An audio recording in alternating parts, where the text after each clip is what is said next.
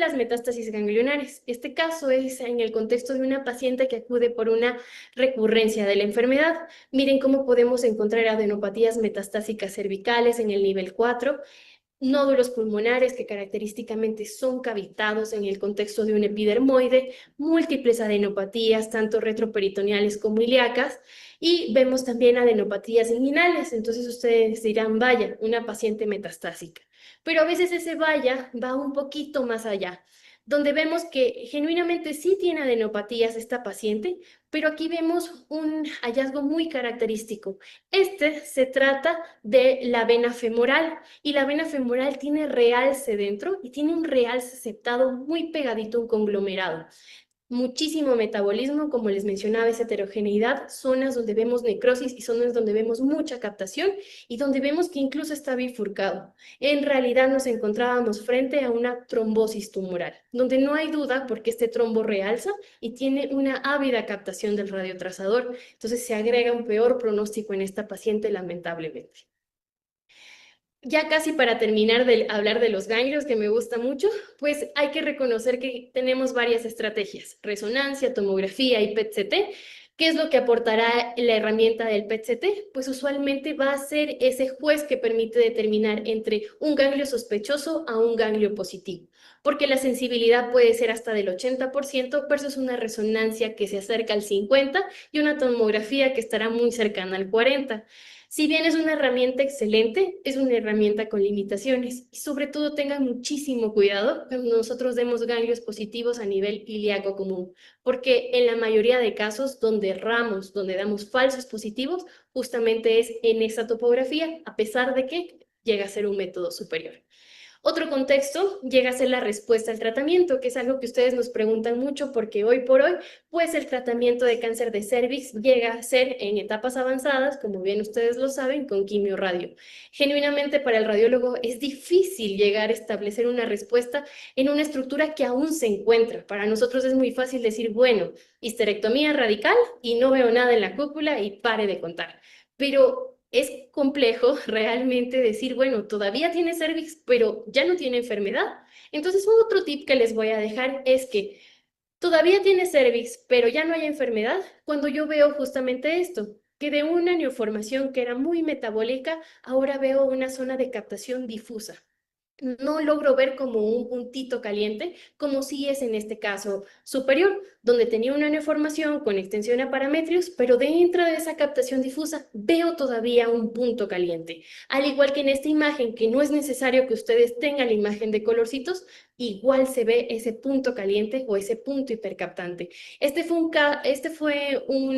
Una revisión que se hizo en el Instituto de Cancerología, pacientes ante el contexto de una quimio radioneoadyuvante.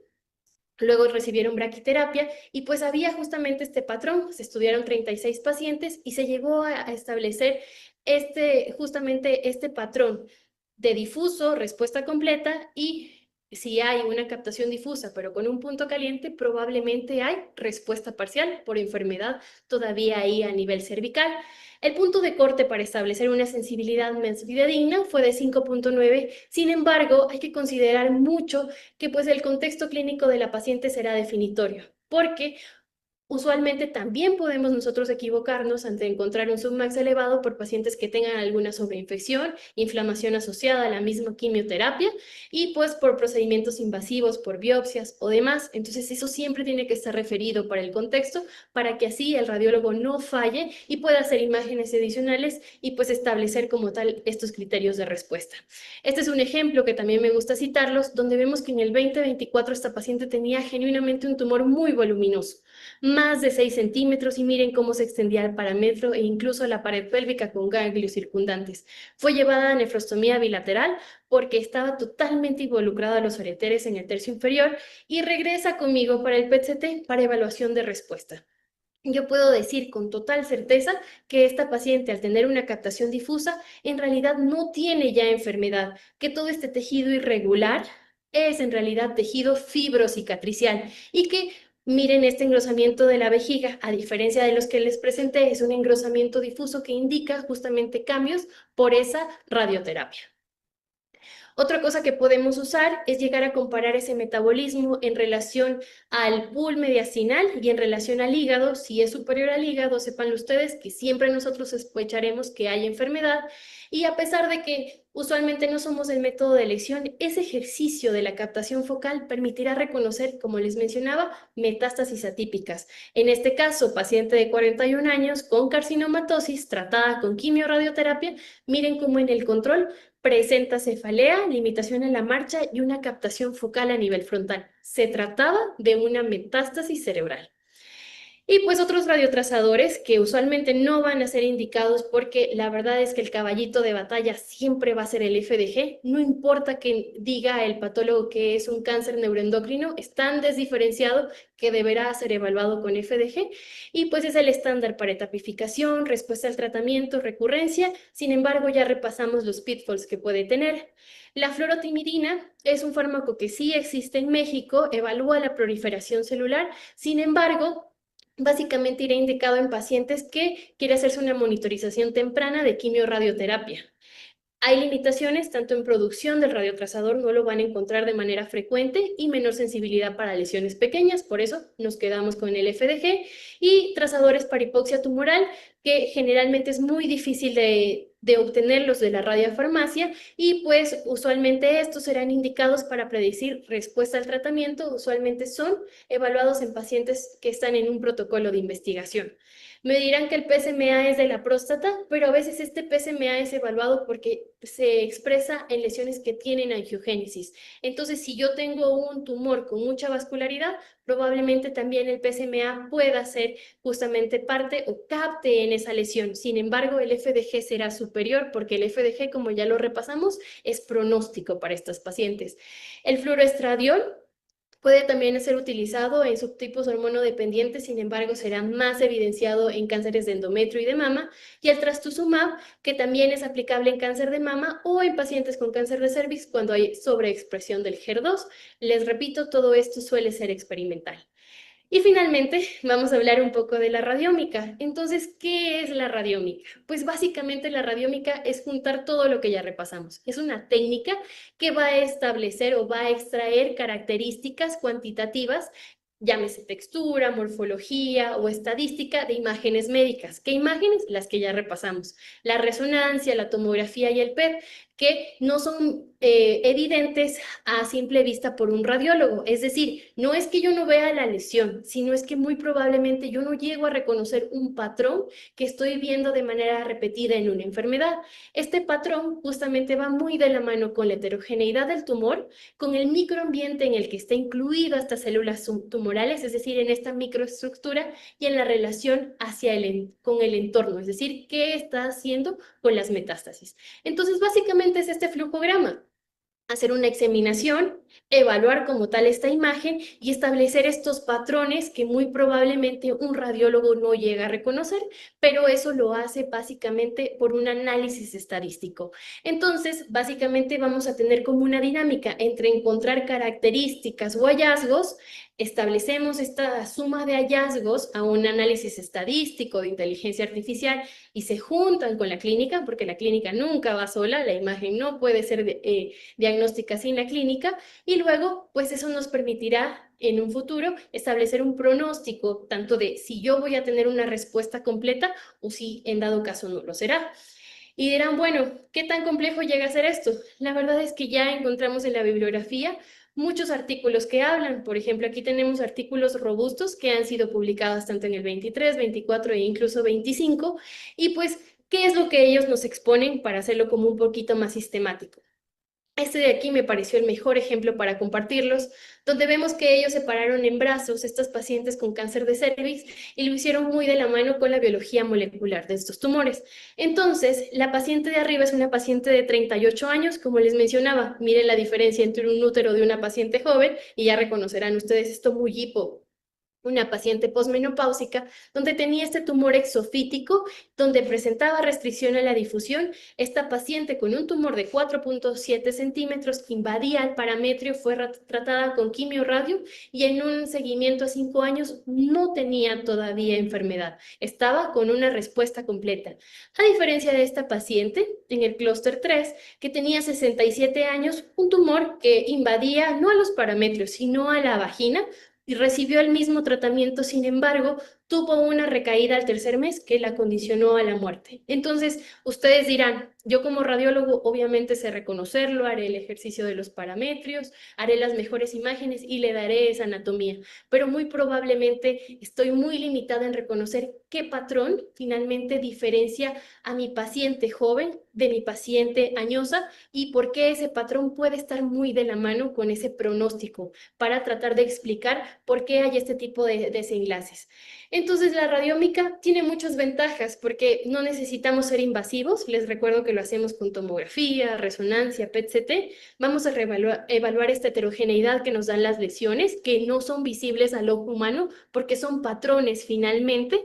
Nos va a permitir integrar datos clínicos, como les mencionaba, o datos biológicos o datos genómicos o moleculares para establecer o guiar decisiones terapéuticas personalizadas. Sin embargo, como ven, esa balanza hoy en día se encuentra en las limitaciones, mucho más peso porque hay mucha heterogeneidad de los protocolos de imagen, no se hacen medidas ortogonales, no se aplica medio de contraste, la propia segmentación, tamaños de muestra muy reducidos que no se comparan interhospitalariamente, no hay validación externa, son modelos difíciles de interpretar porque son cajas negras, herramientas de inteligencia artificial y pues se necesita como tal una estandarización metodológica.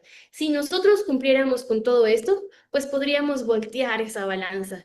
Tenemos varios retos en radiómica de establecer protocolos, de crear datos radiómicos probablemente públicos para poder comparar nuestra población con la población a nivel del mundo y pues desarrollar un software clínico avanzado, validado, que nos permita justamente esta predicción. Ya para concluir la clase, pues quisiera recordarles a ustedes que la imagen seccional nos va a permitir evaluar más allá del diagnóstico, nos va a permitir una información del pronóstico que se prevé en nuestra paciente, muy de la mano con la agresividad justamente del tumor que se esté estudiando. La resonancia magnética será la estrellita al momento de evaluar la preservación de fertilidad y pacientes con etapas tempranas. El PET-CT, si bien no se va a aplicar en pacientes con una etapa temprana, será la estrellita también en la etapa o en la enfermedad en estadio avanzado, porque como les mencionaba, encontrar metástasis y actividad ganglionar es su especialidad.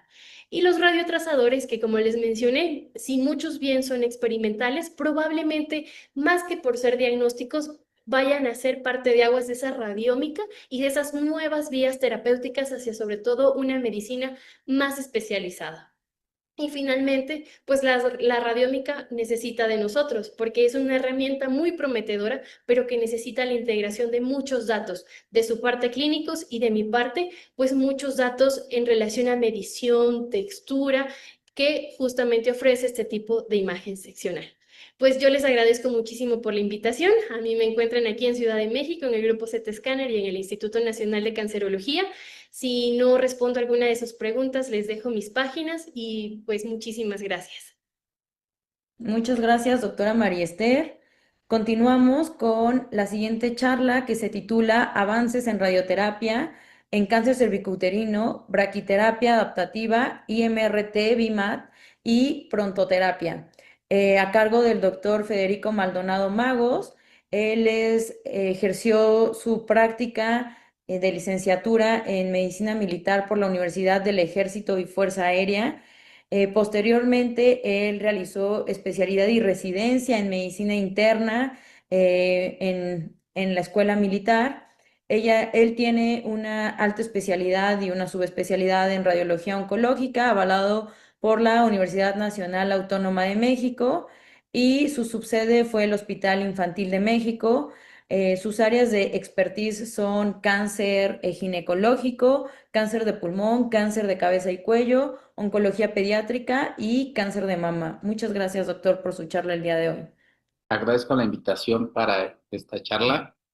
que se denomina Avances en Radioterapia para Cáncer Cervicuterino, Brachyterapia Adaptativa, IMRT, BIMAT y Protonterapia.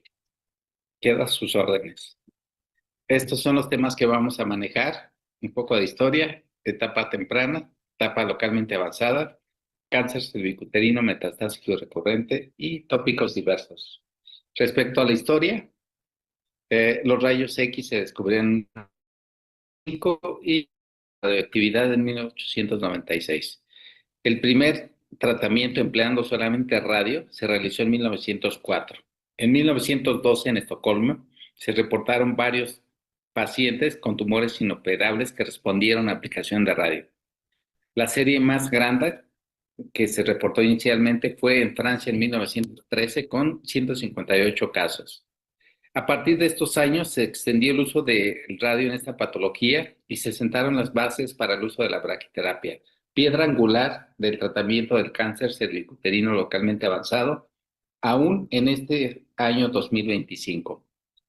Después de 1916, los rayos X descubiertos por Röntgen demostraron beneficio en lesiones profundas como es el útero. Por lo tanto, en los 30 ya se empezaron a informar pacientes que respondían con la combinación de rayos X y aplicaciones de braquiterapia. En los 50 y 60 ya era estándar en etapa 1 y 2, dos aplicaciones de radio por 10 días. En etapa 3 combinaban los rayos X más implantes de radio en 5 o 6 semanas. Y en etapa 4 empezaba el auge de los equipos de megavoltaje más implantes de radio. O si no, solamente se colocaba radio con finalidad paliativa. Recordar que en esa década, 50-60, se patentó la primera bomba de cobalto en Ontario, Canadá, y en esa década también empezó el auge de los aceleradores lineales. Vemos aquí en esta imagen los instrumentos rústicos rudimentarios que se empleaban, pero seguimos haciendo lo mismo, solo que en dispositivos más refinados, menos incómodos para la paciente y que actualmente nos permiten incluso colocar braquiterapia intersticial cuando hay afección de parametrios o para tumores muy voluminosos o irregulares. Anteriormente, por muchos años, las famosas placas ortogonales fueron la base para la planeación. En estos momentos, el estándar ni siquiera es la tomografía, sino la resonancia magnética. Desafortunadamente, aquí en el país solamente contamos con tomografía, pero los beneficios los estamos ya observando en cuanto a toxicidad. Estamos dejando de ver por mucho ya cistitis y proctitis inducidas por radiación. Respecto a las máquinas de radiación externa, era muy evidente en los tratamientos muy rústicos, muy mórbidos para las pacientes, sobre todo con bombas de cobalto, donde se utilizaban solamente campos paralelos opuestos. Posteriormente, con el desarrollo de colimadores multihojas en los aceleradores lineales, se desarrolló la radioterapia conformacional, que cabe decir que parece ser el más frecuente en el país, pero aspiramos todos a llegar a tratar a todas nuestras pacientes de cáncer cervicuterino con radioterapia de intensidad modulada. Los equipos son evidentes: fluoroscopio, radiografía, todo lo que está en el centro se recibía la misma dosis de radiación en los cobaltos. Ahora tenemos estos equipos que están disminuyendo por mucho la toxicidad y mejorando el control oncológico. Equipos de punta, y los más novedosos que tenemos actualmente son los aceleradores con resonador integrado. Tenemos uno instalado en Mexicali y está terminando de instalarse otro en Querétaro. Y los aceleradores famosos de protones. Un acelerador de protones implica tener un ciclotrón a un paso. Esto quiere decir costos sumamente elevados. En el país, considero que por lo menos en 20 años vamos a tardar para poder adquirir, por los costos, un acelerador de protones. La ventaja que tiene un acelerador de protones es que los protones tienen una propiedad física denominada pico de Bragg, donde en el trayecto no depositan energía, sino en el punto donde inciden. Por lo tanto, la toxicidad disminuye con el uso de protones. En países desarrollados, el mayor auge de protones se está dando en tumores pediátricos. Ahora sí, vamos a hablar del papel de la radioterapia en cada etapa del cáncer cervicuterino. Empecemos por etapas tempranas y muchas veces ginecólogos o oncólogos operan cáncer cervicuterino temprano. ¿A qué pacientes deben canalizar para que complementemos con radioterapia? Tenemos desde el 2006 el resultado del estudio GOG92, donde se aleatorizaron a 137 pacientes a recibir radioterapia contra 140 a recibir vigilancia. Los criterios para aleatorizar fueron invasión linfovascular, invasión del espacio estromal mayor de 1/3 y tumor mayor de 4 centímetros. La incidencia acumulativa de recurrencias fue de 13.9% para los que recibieron radiación versus 20.7% para los que no. Y la supervivencia libre de progresión tuvo un hazard ratio de 0.58. Entonces, de aquí, en base a los criterios de Setlist, los puntos más importantes es tumor mayor de 4 centímetros e invasión estromal en el tercio medio del cervix.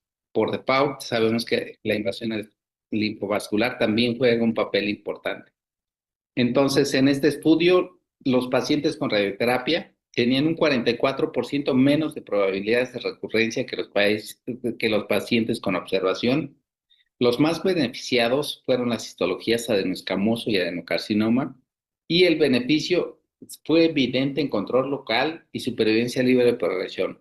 Pero como otros resultados en radioterapia, no observamos beneficio en supervivencia global. Esto es pacientes con etapa temprana. Para pacientes que no solamente tenían estas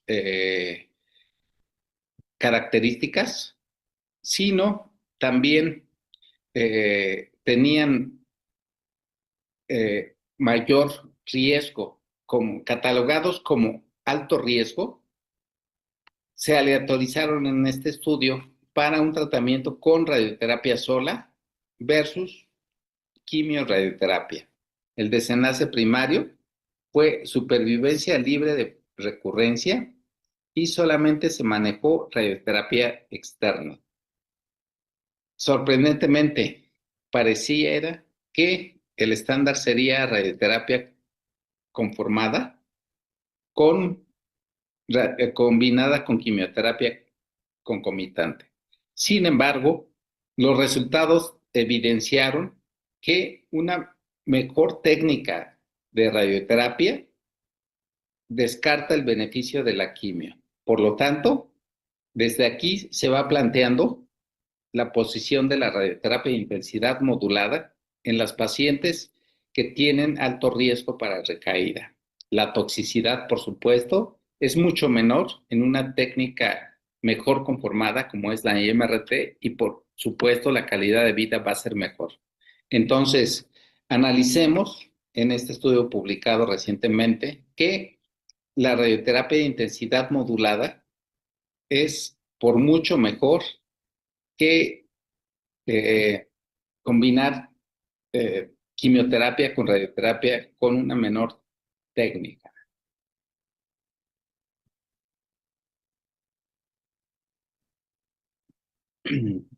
Para pacientes con cáncer cervicouterino, etapa temprana, riesgo intermedio, pues tenemos aquí en este metaanálisis que realmente la radioterapia adyuvante no reduce el riesgo de recurrencia en cáncer cervicuterino con factores de riesgo intermedio. Sin embargo, mucho cuidado porque los valores son limítrofes. Por lo tanto, en riesgo intermedio, como fue este metaanálisis, se requieren de estudios más actualizados para que evidencien o no el beneficio de estos tratamientos. Es por eso que se está desarrollando desde el 2022 el estudio Cervantes, donde se analizan los factores de riesgo intermedio y se están aleatorizando a los pacientes para dar tratamiento adyuvante versus no tratamiento adyuvante. Y dentro de los brazos para tratamiento adyuvante tenemos radioterapia externa más braquiterapia o quimioradioterapia más braquiterapia. Este estudio será fundamental en cuanto cumpla su cometido para definir mejor el papel de radioterapia en pacientes con cáncer cervicuterino etapa intermedia. Nuevamente, estos pacientes con riesgo intermedio debemos sobretratarlos con braquiterapia.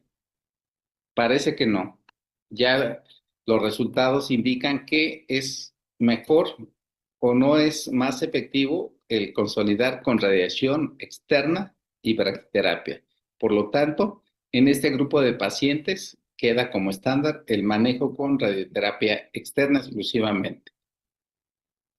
Cuando se van complicando las situaciones, es decir, pacientes con cáncer cervicuterino, en etapas tempranas, 1A, 2, 1B o 2A, pero que en la pieza patológica tenemos ganglios positivos, márgenes positivos o invasión parametrial, cuidado.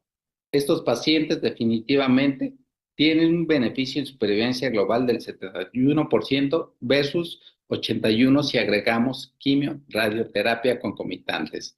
Esto ya está bien evidenciado y este estudio, el STARS Trial, también nos mete mucho ruido porque aleatorizó a 1080 pacientes y parece que la quimio neoadyuvante, secuencial, perdón, quimio-radioterapia secuencial, es decir, cisplatino y paclitaxel en 2 ciclos antes y 2 ciclos después de la radioterapia adyuvante, parece que están dando mejores resultados. Debemos aplicar braquiterapia en la cúpula vaginal en estos pacientes con cáncer cervicouterino de alto riesgo. Pues, en mi opinión, sí debemos brindarla porque disminuye las recurrencias locorregionales. Al igual que en otros outcomes con radioterapia, no mejora la supervivencia global. Pero observen ustedes que cuando se brinda braquiterapia a la cúpula vaginal, tenemos la supervivencia global de 86 versus 68 meses. Creo que es evidente que sí tiene un beneficio en este manto. ¿Qué pasa cuando algún ginecólogo no oncólogo en forma inadvertida opera a un paciente con cáncer cervicuterino? Pues ya está recientemente publicada esta guía de cáncer cervical inadvertido, donde se cataloga a los pacientes en muy bajo riesgo, riesgo bajo, riesgo medio y alto riesgo. Si es riesgo muy bajo, queda en observación. Los pacientes de bajo riesgo, etapa 1A1, 1A2, con invasión linfovascular o 1B1 más o menos de invasión linfovascular o limitada, con invasión estromal limitada, se sugiere complementar la cirugía con disección ganglionar y, de acuerdo al reporte de patología, consolidar. Pacientes de riesgo medio, aquellos pacientes que no cumplen los criterios para otros grupos, pero que en teoría tenían bajo riesgo, pero en la pieza fue una histerectomía mínimamente invasiva. Aquí, nuevamente, completar la cirugía, de preferencia con parametrectomía, y aquí ya se recomienda radioterapia y, dependiendo del definitivo, también quimioterapia. Estos pacientes definitivamente deben canalizarse a quimio-radioterapia. Tumores mayores de 4 centímetros con invasión linfovascular, tumores con márgenes positivos, enfermedad macroscópica residual, invasión ganglionar o por imagen, o aquellos pacientes que ojalá y no sucediera con histerectomías subtotales. Entonces, ¿qué conclusiones tenemos del papel de la radioterapia en cáncer cervicuterino temprano. Tenemos la histerectomía radical en el mejor escenario. Si tenemos criterios de PIDER con riesgo alto, márgenes positivos, ganglios positivos, parámetros positivos, con al menos un factor, se recomienda hacer radical, quimio, radioterapia externa más braquiterapia. Si tenemos el grupo que está en estudio, riesgo intermedio, de acuerdo al GOG 263, con uno de los grupos, radioterapia externa. Y como ya vimos, ya no consolidamos con braquiterapia. Si no presentan alguno de estos factores, sugerimos dejar a la paciente en vigilancia. Etapa localmente avanzada. Sabemos que la radioquimioterapia concomitante tiene una ventaja de 8.4% en control locorregional sobre radioterapia sola. Asimismo, una ventaja de 7.5% en supervivencia y una ventaja del 10% en respuestas completas. Así, disminución en el riesgo de morir por cáncer de cervix del 36%. Resultados ya de estudios antiguos. ¿Qué decir de las nuevas técnicas de radioterapia? Los resultados oncológicos vamos a posar que son los mismos. Sin embargo, la diferencia que vamos a observar es que las toxicidades que vamos a estar observando y manejando van a ser bastante diferentes. Mayor toxicidad para aquellos pacientes que se sometan a radioterapia conformada versus a las pacientes que se traten con técnicas más novedosas, como son radioterapia de intensidad modulada o terapia de arco volumétrica. El tener menos toxicidad mejora la tolerancia a la quimio, a la inmuno, y permite que los tiempos sean favorables para la aplicación de braquiterapia sin retrasar su aplicación.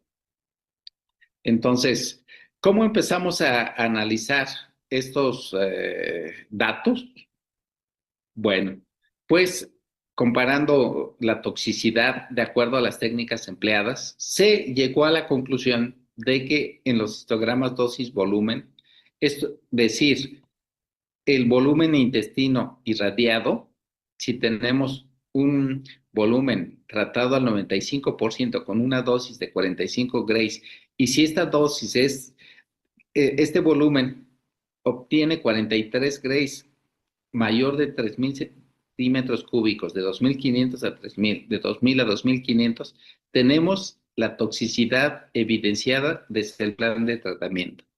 Asimismo, cuándo dar 50 o cuándo dar 45, que son los esquemas más empleados, ya se pudo describir que la dosis de 47.5 mayor va a favorecer el diarrea en lugar de dosis más bajas. Muchas veces con braquiterapia no alcanzamos las dosis en la afección parametrial. Se abogaba por una sobredosis a esta región parametrial. El boost parametrial puede omitirse ya que no tiene ningún papel de acuerdo a esta publicación en cuanto a control local o supervivencia global. Por lo tanto, sigue siendo un área de oportunidad, sobre todo para la aplicación de braquiterapia intersticial. ¿Qué pasa con los pacientes que tienen elevada probabilidad de tener enfermedad paraórtica?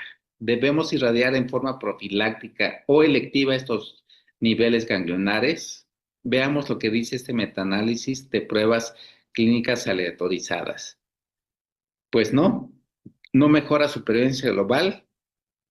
Hay una reducción significativa del riesgo de metástasis retroperitoneales, mas sin embargo, no reduce recurrencias a distancia, no reduce recurrencias pélvicas y no aumenta respuestas completas, pero sí aumenta el riesgo de muerte por toxicidad y por enfermedad. Asimismo, tiene un aumento en efectos gastrointestinales, no aumenta los efectos genitourinarios ni tampoco los ginecológicos. Entonces, ¿a qué pacientes sí debemos dar tratamiento a región paraórtica. Cuando no está indicada, cuando se realiza muestreo paraórtico y este es negativo. Esto nos debe dejar muy tranquilos. Cuando se recomienda dar en forma electiva tratamiento a estas regiones, cuando no se realiza muestreo paraórtico o alguno de los siguientes. Tenemos ganglios en ilíaca común, cuando tenemos ganglios pélvicos bilaterales o más de 3 ganglios pélvicos. Estos pacientes tienen un riesgo de metástasis ocultas de 25%. Por lo tanto, ¿a qué pacientes sí irradiar retroperitoneo a nivel paraórtico? A estos pacientes. Con estas nuevas modalidades de tratamiento, es muy probable que podamos tratar los ganglios evidenciados en estudios de imagen con mayores dosis en el mismo plan de tratamiento. Esto es escalación de dosis en volúmenes de ganglios evidentes, ya sea por PET o por estudios de imagen. Ya tenemos las dosis. Si prescribimos a lo que es el primario 50 grays y después se va a complementar con braqui, ahí mismo, en ese mismo plan de tratamiento, podemos prescribir 55 grays a los ganglios evidenciados y que podemos delimitarnos en nuestro trabajo de contorneo. Ya está demostrado que el dar esta sobredosis a estos ganglios mejora la supervivencia acumulada. Entonces, no solamente estos resultados oncológicos, sino la probabilidad de supervivencia es mejor 107 meses versus 91 meses cuando se eleva la dosis específicamente a estos ganglios con las nuevas modalidades de tratamiento. La supervivencia global en pacientes con menos de 4 ganglios también tiene un efecto positivo y parece que el manejar diferentes dosis en un mismo plan de tratamiento va a tener un futuro promisorio. ¿Cuándo debemos dar una sobredosis a los ganglios pélvicos al mismo tiempo que estamos tratando el primario? Cuando tenemos hipermetabolismo evidenciado por PET-CT, cuando tenemos ganglios con eje corto mayor de 10 centímetros por tomografía y cuando hay distorsión del hilo graso o son muy irregulares en este tamaño de 5 a 10 milímetros. ¿Qué hacemos? Prescribimos 55 grays a estos ganglios en pelvis y 57 grays a retroperitoneo, mientras el primario recibe la dosis específica para complementarse con braquiterapia.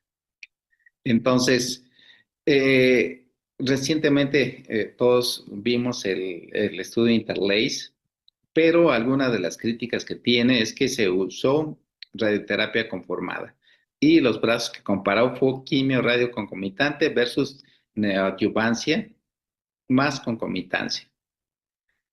Los resultados parece que son equiparables al brazo de quimio radioterapia con el Embrace 1 y pues parece que vamos a poder tener mejor impacto en estos pacientes con el uso de técnicas de radioterapia más novedosas.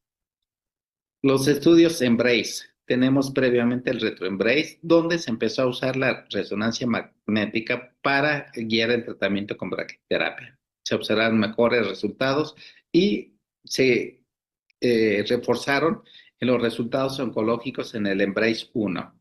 El control local a 5 años en etapa 4A fue del 76%, supervivencia libre de enfermedad a 5 años del 68% y supervivencia global a 5 años del 74%. Recientemente, en mayo, anunciaron los resultados del Embrace 2. Recordar que Embrace, External MRI, Brachytherapy en Cervical Cancer, Embrace. Embrace 2. Y este estudio, el diseño del estudio, participaron 49 centros y se incluyeron 1,449 pacientes desde el 2016 al 2021. Y se observó el tratamiento con mejores técnicas de radioterapia y la braquiterapia, pero la novedad de este estudio es que tuvo braquiterapia adaptativa. ¿Qué implica esto? En cada aplicación se adaptaron los volúmenes y comparativamente con el Embrace 1 tuvieron mejores resultados esta adaptación del tratamiento. La toxicidad igual fue muy baja y pues ya tenemos que es válido, reproducible y confiable. Demostró excelente control de la enfermedad, excelente supervivencia global y lo que pesa mucho para nuestras pacientes, que es una mejor calidad de vida. Entonces, aquí ya están postulando que el tratamiento adaptativo con braquiterapia, pues guiada por resonancia magnética, debe ser el nuevo estándar. Aclaro que aquí en el país no tenemos resonadores para guiar nuestra braquiterapia, pero sí es evidente que en la braquiterapia guiada por tomografía, la toxicidad está disminuyendo muchísimo comparada con la braquiterapia guiada por eh, radiografías, es decir, con fluoroscopios. Consideraciones acerca de la inmunoterapia. Realmente el pilar sigue siendo quimio radio concomitante, sin embargo, también muchas veces no es suficiente. Sí podemos aumentar, sí podemos tener mejores resultados agregando inmunoterapia, está justificado. Entonces, ¿en dónde tenemos el papel de inmuno? Principalmente demostrado en enfermedad persistente, recurrente o metastásico. El cisplatino tiene efectos inmunomoduladores, aumenta la presentación de antígenos, aumenta la activación de células T citotóxicas y tiene acción citotóxica directa en las células tumorales. La radioterapia, también los radicales libres y las rupturas de doble cadena condicionan una muerte celular inmunogénica, lo que condiciona una infiltración de células T en el tumor y producción de citocinas inflamatorias. Tenemos ya el término de efecto abscopal, que sí es una realidad también. No es frecuente, pero sí lo hemos visto. Entonces, en cervicuterino, los inhibidores de control inmunitario revierten la acción del BPH, restauran la actividad de células T, regulan la vía de PD1 y de PDL1, así como de CTLA. Permiten al sistema inmune montar una respuesta antitumoral efectiva. Entonces, ¿qué debemos buscar al agregar inmunoterapia? Mejorar las respuestas objetivos y el resto de los resultados oncológicos. Entonces, hasta este momento, los resultados están favoreciendo al uso de quimio radio concomitante más inmunoterapia, aunque aún con beneficio marginal. Pero ya está evidente que los estudios como estos favorecen el uso de quimio radio concomitante más inmunoterapia. Ya está demostrado. Y de preferencia con el uso de técnicas avanzadas de radioterapia. En cuanto a supervivencia global, también avala el tratamiento con inmunoterapia y los efectos inmunomediados, pues ninguno logró significancia estadística. Recordar que el uso de inmunoterapia, los efectos inmunomediados que vemos con más frecuencia es neumonitis y hepatitis asociadas al uso de estos fármacos. Entonces, ¿qué debemos reflexionar sobre el empleo de inmunoterapia? Pues que podemos obtener mayor supervivencia libre de progresión, más respuestas objetivas, más eventos inmunomediados y efectos similares adversos. Pasemos a la etapa 4. La etapa 4 puede ser enfermedad pélvica, enfermedad ganglionar a distancia o metastásica a distancia. Sin embargo, son entornos de una misma etapa clínica que vale la pena analizar. Entonces, nuevamente, equiparablemente a otros sitios de la economía, de la anatomía, podemos tener un escenario con metástasis diseminadas. Paciente oligometastásico está de moda. Este concepto desde 1995 define pocas metástasis, usualmente menor de 5, y tenemos un potencial de control local y lo estamos ya observando. ¿Qué armamental tenemos para tratar a estos pacientes? Radiocirugía extracraneal, radioterapia estereotáctica corporal, SBRT, SBRT. Con esto logramos un control local sostenido, así como prolongación de supervivencia e integración a terapias sistémicas. Pacientes con etapa 4. Ya está muy avanzado, preferimos solamente darles quimioterapia. Observen, la supervivencia libre de progresión cuando se da radioterapia, 40.5 versus 7.8. Y así lo vemos en los estudios que lo reportaron. Asimismo, la supervivencia global, observen, si un paciente se radia y se da quimio, pues va a tener una supervivencia global media de 63 meses versus 18.4 meses. Entonces, con estos resultados, cada vez se sostiene más el uso del tratamiento locorregional de pacientes con etapa 4. En cuanto a el uso hemostático del tratamiento, se prefiere utilizar esquemas equivalentes. En general, lo más importante es iniciar el tratamiento. Muchas veces con fraccionamiento convencional responden las pacientes y así no condicionamos mayores toxicidades. Entonces, pacientes candidatas a reirradiación, tenemos ya también estos algoritmos. Si el paciente no fue sometido a radioterapia, por supuesto, hay que dar un tratamiento radical. Si ya fue previamente radiada, si fue dentro de la zona del tratamiento, el paciente puede ser candidato a cirugía, quizás una exenteración, y dependiendo los resultados, braquiterapia, quimio o radioterapia, una combinación de estas. Cuando no es posible, aquí tenemos el armamental con radioterapia guiada por imagen, SBRT, y también, ¿por qué no decirlo? Una opción puede ser la inmunoterapia. ¿Cómo les va a los pacientes que tienen enfermedad oligometastásica? En un seguimiento a medio meses, observen un control local del 89%, supervivencia libre de progresión del 42.5% y una supervivencia global del 68.9%. Entonces, pacientes con enfermedad oligometastásica, la sugerencia es tratar el primario y todas esas oligometástasis, de preferencia con SBRT.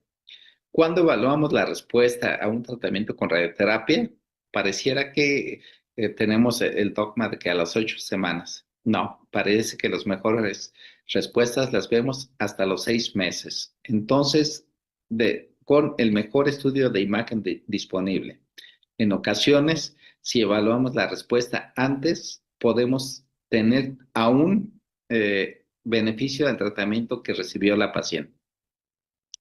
En cuanto a estas pacientes que recibieron braquiterapia adaptativa, también vemos que tienen una propensión a tener mayor diseminación de la enfermedad. No sabemos a qué se debe, pero ya también está reportado. Una sugerencia para los pacientes que van a recibir radioterapia, aquí tenemos esta guía, porque si están incluidas las gónadas, van a tener insuficiencia ovárica prematura estos pacientes. Y desafortunadamente son muy jóvenes las pacientes que estamos recibiendo con cáncer cervicuterino. Tenemos ya esta guía para el manejo de suplemento hormonal.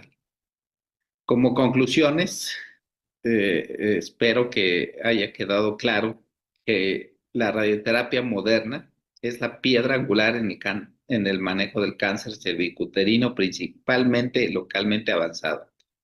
Es momento ya de dejar la radioterapia en 2 dimensiones o en 3 dimensiones y ojalá el grueso de nuestras pacientes puedan tener acceso a tratamientos con radioterapia de intensidad modulada o radioterapia volumétrica. La braquiterapia adaptativa permite un control local óptimo con mínima toxicidad gastrointestinal y genitourinaria. Sabemos que el pilar sigue siendo la quimio-radioterapia, pero no descartamos que en un tiempo también el adherir inmunoterapia llegue a ser el estándar. Individualización terapéutica. A cada paciente, así como vimos, podemos individualizar un plan de tratamiento con radiación. Valorar mucho la radioterapia electiva, ganglionar, y justificarla muy bien cuando sea necesario darla, principalmente a nivel paraórtica. La inmunoterapia viene pegando fuerte y abre una nueva frontera. En este año 2025, la personalización del tratamiento, la integración de todos los modelos de inteligencia artificial, la dosimetría adaptativa, consolidan el futuro de una radioterapia precisa, ética y humanizada. Muchas gracias. Quedo a sus órdenes. Este es mi correo electrónico. Muchas gracias, doctor Federico, por su charla. Y continuando con el programa, seguimos con la siguiente ponencia a cargo del doctor Cristian Ramón Vargas Arévalo. El doctor nos va a hacer favor de hablarnos acerca de inmunoterapia, terapias blanco en cáncer cervicouterino avanzado, principalmente terapias anti-PDE, terapias antiangiogénicas y su combinación con la quimioterapia. El doctor es un médico cirujano egresado de la Universidad Autónoma de Nuevo León. Él realizó su especialidad de medicina interna en el ISSSTE de Puebla. Actualmente el doctor se encuentra terminando su subespecialidad de oncología médica en el Instituto Nacional de Cancerología y el doctor tiene especial interés acerca de tumores ginecológicos. Ha participado en múltiples foros, en ESGO, en ESMO, presentando trabajos por parte del instituto y para mí es un honor que el día de hoy esté con nosotros dándonos esta charla. Muchas gracias, doctor Cristian. Soy el doctor Cristian Ramón Vargas Arévalo, soy oncólogo médico y el día de hoy vamos a revisar estrategias de tratamiento sistémico, además de inmunoterapia en el cáncer de cervix. ¿Qué es lo nuevo? ¿Qué es lo que nosotros utilizamos? Y además, ¿cuáles son los nuevos biomarcadores que vamos a estar revisando? Y para esto, pues tenemos que conocer antes de todo la epidemiología del cáncer de cervix. Sabemos que el cáncer de cervix se puede dividir en tres etapas principales, una etapa clínica temprana, una etapa localmente avanzada, la cual va a representar la gran mayoría de los casos, hasta de un 42%, y en lo que nos vamos a enfocar el día de hoy va a ser el cáncer de cervix metastásico o distante, el cual solamente representa hasta el 15%. Además de esto, sabemos que las medianas de supervivencia global pues van a ir cambiando dependiendo del estadio clínico en donde nos encontremos, representando solamente el 20% para aquellas etapas metastásicas comparadas con las enfermedades tempranas que pueden ser hasta de un 90% o incluso para aquellas enfermedades localmente avanzadas hasta de un 62%. Además de esto, y para no quitar un poco más de tiempo, sabemos que la mediana de edad puede ir hasta los 50 años y pues se presenta con sangrado uterino poscoital, además de dolor pélvico. Conocemos diferentes factores de riesgo importantes, entre ellos el número de parejas sexuales, el tabaquismo también representa uno de los factores de riesgo más importantes y el inicio de vida sexual temprana. Existen diferentes biomarcadores que nosotros utilizamos en el que nos vamos a enfocar el día de hoy. Va a ser el marcador PDL1 y esto es sumamente importante porque existen diferentes estrategias con inhibidores de puntos de control como por ejemplo pembrolizumab, nivolumab o diferentes medicamentos que a lo largo de esta clase vamos a ir revisando. La gran mayoría de los cánceres de cervix, hasta en un 85%, presentan un CPS o una positividad para PDL1 hasta un 85%. Vemos que hay diferentes marcadores como lo es, por ejemplo, el HER2, en el cual solamente se presenta de un 2 en un 6%, inestabilidades microsatelitales o diferentes mutaciones que ya son un poco menos prevalentes, las cuales representan hasta un 4%. Y bueno, siguiendo, este es el algoritmo base de la NCCN, en donde los dividen en dos grandes grupos: aquellos pacientes que tienen una enfermedad metastásica y son candidatas a una terapia local, o aquellos pacientes que tienen una enfermedad metastásica pero que no son candidatas a un tratamiento local. Y justo en este grupo de pacientes es en el cual nos vamos a enfocar. Además de esto, podemos dividirla nuevamente en dos grandes grupos. Aquellas que tengan un buen estado funcional serán candidatas a recibir un tratamiento sistémico versus aquellas pacientes que tengan un pobre estado funcional, que serán candidatos a un mejor soporte médico o a no más tratamiento sistémico. Esta es una línea del tiempo en donde vemos prácticamente cómo ha evolucionado el tratamiento para este tipo de neoplasias. Vemos que en el pasado prácticamente todo el tratamiento estaba enfocado solamente en quimioterapias y estas quimioterapias eran basadas en platino más paclitaxel. Tenían además grandes efectos adversos como la neuropatía o incluso daño renal. Posteriormente se incluyó en el estudio GOG 240 la adición de un antiangiogénico como es el bevacizumab, el cual prometía bastantes cosas. Y pues prácticamente en segunda línea solamente teníamos quimioterapia. Ahora tenemos tanto la adición de bevacizumab como la adición de inmunoterapia o de inhibidores de puntos de control. Y para segunda línea incluso ya contamos con estudios positivos para inmunoterapia. ¿Qué viene para nosotros o qué viene para el cáncer de cervix en un futuro? Pues bueno, lo que se está buscando es nuevos medicamentos como son los anticuerpos monoclonales o los anticuerpos dirigidos, incluso nuevas combinaciones de inmunoterapia o incluso vacunas, de lo cual hablaremos un poquito más adelante. Ahora, ¿por qué es importante o por qué, cuál es la racional de dar inmunoterapia o de dar antiangiogénicos? Bueno, esto se los quiero mostrar y lo quiero dividir en tres grandes formas. Primero tenemos algo que se llama TMB. El TMB incrementa la producción de neoantígenos, lo cual aumenta la eficacia de la inmunoterapia. Además de esto, sabemos que cuando un tumor está creciendo, hay formación de nuevos vasos sanguíneos. Sin embargo, estos vasos sanguíneos no se forman de una manera adecuada, lo que hace que mientras el tumor siga creciendo, estos vasos puedan irse rompiendo. Al irse rompiendo, atraen a las células de la respuesta inmune para tratar de prevenir este daño, para tratar de limitarlo. Y esta es una de las racionales, el por qué el uso de la inmunoterapia con la antiangiogénesis promueve la eficacia o tiene una mayor respuesta de la misma. Vamos a entrar de lleno ya en los diferentes estudios, tanto en primera línea como en segunda línea que tenemos.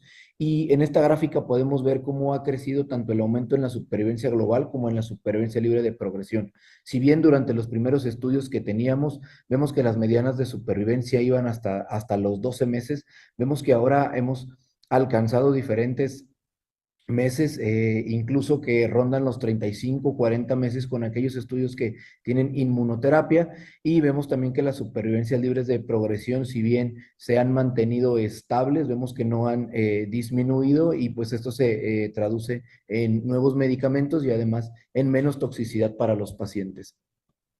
Vamos a entrar al primer estudio. Este es uno de los estudios pivotales, es el estudio Keynote 826, el cual fue uno de los primeros estudios en demostrar la eficacia de la inmunoterapia. Este fue un estudio fase 3 que incluyó diferentes pacientes que tenían un cáncer de cervix persistente, recurrente o metastásico que no habían recibido alguna línea de tratamiento previo.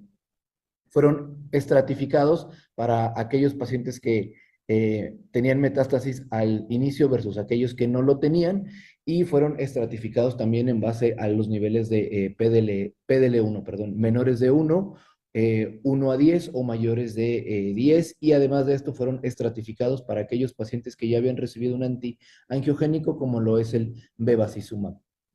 Fueron aleatorizados a dos grupos, el grupo control, el cual eran sometidos a recibir quimioterapia a base de cisplatino paclitaxel, que es el estándar de tratamiento, más la adición de bevacizumab y la adición de pembrolizumab 200 miligramos, versus aquellos pacientes que recibían quimioterapia a base de paclitaxel más cisplatino, además de bevacizumab. Sin embargo, estos pacientes eran aleatorizados a recibir un placebo. Vemos que los objetivos primarios eran tanto la supervivencia libre de progresión como la supervivencia global. Y vemos que en los análisis, este fue un estudio positivo tanto para la supervivencia libre de progresión como para la supervivencia global para aquellos pacientes o aquel grupo que recibió, además de quimioterapia más bevacizumab, recibió pembrolizumab. Vemos que el hazard ratio fue de 0.63, lo que se traduce en una reducción del riesgo de muerte de hasta en un 37%. Y vemos también que la supervivencia libre de progresión para los pacientes que recibieron pembrolizumab fue del 63% con una mediana de duración de 10.4 meses versus aquellos pacientes que solamente recibieron placebo, en el cual fue solamente de 8.2 meses. Las tasas de respuesta además también fueron bastante buenas. El grupo que recibió quimioterapia más bevacizumab tuvo una tasa de respuesta de un 51% versus el grupo que recibió quimioterapia más bevacizumab más pembrolizumab tuvo una tasa de respuesta del 66%. Ahora, ¿qué pacientes se benefician y qué pacientes no se benefician? En el análisis por subgrupos vemos que aquellos pacientes que tienen un PDL1 menor del 1% solamente estaban representados por el 11%. Y vemos que si bien el beneficio no es tan marcado, no podemos decir que no existe un beneficio. ¿Qué pacientes son los que más se benefician? Aquellos pacientes que tengan una puntuación de PDL1 mayor mayor del 1% son aquellos que se van a beneficiar. ¿Y en qué pacientes también se favorece la supervivencia global? Aquellos pacientes que ya utilizaron bevacizumab o que están utilizando bevacizumab. Ahora, hablando de la supervivencia libre de progresión, ¿qué pacientes son los que más se van a beneficiar del uso de pembrolizumab? Bueno, van a ser aquellos pacientes que tienen una puntuación de PDL1 por CPS mayor de 1%. Vemos que son los que tienen una alta tasa de afinidad, igual a aquellos pacientes que tienen un PDL1 mayor de el 10%. Fue justo por este estudio en donde la FDA y la EMA aprobaron el uso de pembrolizumab para aquellos pacientes que tuvieran un PDL1 score mayor del 1%. Vemos además que existe un beneficio para aquellos pacientes que habían utilizado cisplatino. El beneficio se ve mucho más marcado que para aquellos pacientes que hubieran utilizado carboplatino. Además de esto, vemos que para aquellos pacientes, como ya mencionamos, que utilizaron bevacizumab, vemos que también tienen un beneficio mucho más marcado. Y justo en esto vemos que el uso de bevacizumab representa una de las terapias principales y una de las terapias que más utilizamos nosotros. Sin embargo, al ser un medicamento antiangiogénico, no está libre de tener diferentes efectos adversos. Y de los más importantes, sabemos que la fístula o la perforación, pues son de los que más nos deben preocupar. Vemos que en el grupo de pembrolizumab hasta un 34% de los pacientes presentaron fístula, versus en el grupo placebo, perdón, un 35%. Otro de los efectos adversos que nosotros valoramos o que nosotros buscamos, pues es la hemorragia y vemos que las tasas en comparación, pues son prácticamente iguales. Pembrolizumab más bevacizumab es una combinación aprobada por la EMA y tiene una adecuada tasa de respuesta hasta del 60%, mostrando beneficio tanto en supervivencia libre de progresión como en supervivencia global, además de tener un adecuado perfil de seguridad. Vemos también las tasas de respuesta y la supervivencia libre de progresión para aquellos pacientes que utilizaron bevacizumab versus aquellos pacientes que no habían utilizado bevacizumab. La mediana en supervivencia libre de progresión fue de 12 meses para los pacientes que utilizaron bevacizumab versus 12 meses para aquellos pacientes que no lo utilizaron. Así bien vemos la supervivencia global en donde vemos un incremento, significativo de 37 meses para aquellos pacientes que sí utilizaron bevacizumab versus 22 meses para aquellos pacientes que no lo utilizaron. Esto en el brazo, obviamente, pues el bevacizumab. Y esto es justo lo que estábamos viendo, aquellos efectos adversos y cuál es la seguridad de utilizar tanto pembrolizumab como bevacizumab. Nosotros dividimos los efectos adversos en grados, el grado 3 o el grado 4 son los grados que más nos preocupan, mientras que un grado 1 o un grado 2 se pueden tratar de una manera ambulatoria. Y en esta gráfica podemos ver cuáles son los efectos adversos inmunomediados o cuáles son los efectos adversos más importantes. Vemos que, por ejemplo, la anemia es uno de los efectos adversos más importantes. Además de esto, pues sabemos que la neuropatía inducida por el platino, ya sea por el carboplatino o por el cisplatino, pues son de los efectos adversos que más van a estar molestando a nuestros pacientes. Sin embargo, bevacizumab y pembrolizumab, como les había comentado previamente, pues son medicamentos bastante bien tolerados, cuyos efectos adversos pueden ser bastante bien manejados. Ahora, no solamente pembrolizumab es uno de los medicamentos aprobados, sino también tenemos otro estudio, tenemos otro medicamento que también es inmunoterapia, como lo es el atezolizumab. Este es un medicamento que es un anti-PDL1, como explicamos previamente, pues la racional de utilizar un antiangiogénico con inmunoterapia es básicamente aumentar la eficacia de la inmunoterapia. Y este fue un estudio fase 3, igual para aquellos pacientes con cáncer de cervix, tanto persistentes como recurrentes, que no habían recibido ninguna terapia previa y tenían un adecuado ECOG y tenían una adecuada funcionalidad.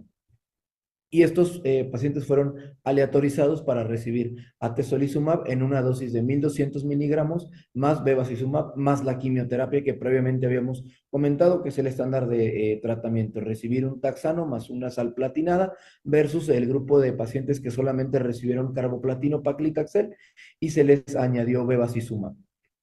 Los objetivos principales de este estudio fueron la supervivencia libre de progresión y también como un objetivo primario fue la supervivencia global. Los puntos secundarios vemos que son la tasa de respuesta y la duración de la respuesta, y estos evaluados por los criterios clínicos de RECIST. ¿Cuáles fueron los resultados de este estudio? Vemos que la supervivencia libre de progresión fue mayor en el grupo de pacientes que utilizó atezolizumab, siendo estadísticamente significativo, presentando 13 meses para el grupo de atezolizumab versus 10.4 meses para aquel grupo que no recibió inmunoterapia. Además de esto, la supervivencia global vemos que también fue estadísticamente significativa para aquellos pacientes que recibieron el combo de inmunoterapia más antiangiogénico, presentando una mediana de supervivencia global de 32 meses versus aquellos pacientes que solamente recibieron bevacizumab y quimioterapia, presentando una mediana de supervivencia global de 22 meses. Como objetivos secundarios, recordaremos que las tasas de respuesta fueron evaluadas y vemos que las tasas de respuesta de este tipo de medicamento pues son bastante buenas, ¿no? Tenemos tasas de respuesta para los pacientes que recibieron el combo de hasta un 84% versus aquellos pacientes que solamente recibieron quimioterapia con bevacizumab, siendo de un 72%. Una vez que tenemos esto, pues lleva a la duda de qué tanto tiempo podemos utilizarlo, cuál es la duración. Y vemos que la duración de la respuesta fue mayor en el grupo para aquellos pacientes que recibieron quimioterapia más bevacizumab más atezolizumab, siendo una mediana de duración de hasta 13 meses versus aquellos pacientes que solamente recibieron bevacizumab más quimioterapia con una mediana de duración de solamente 8.6 meses.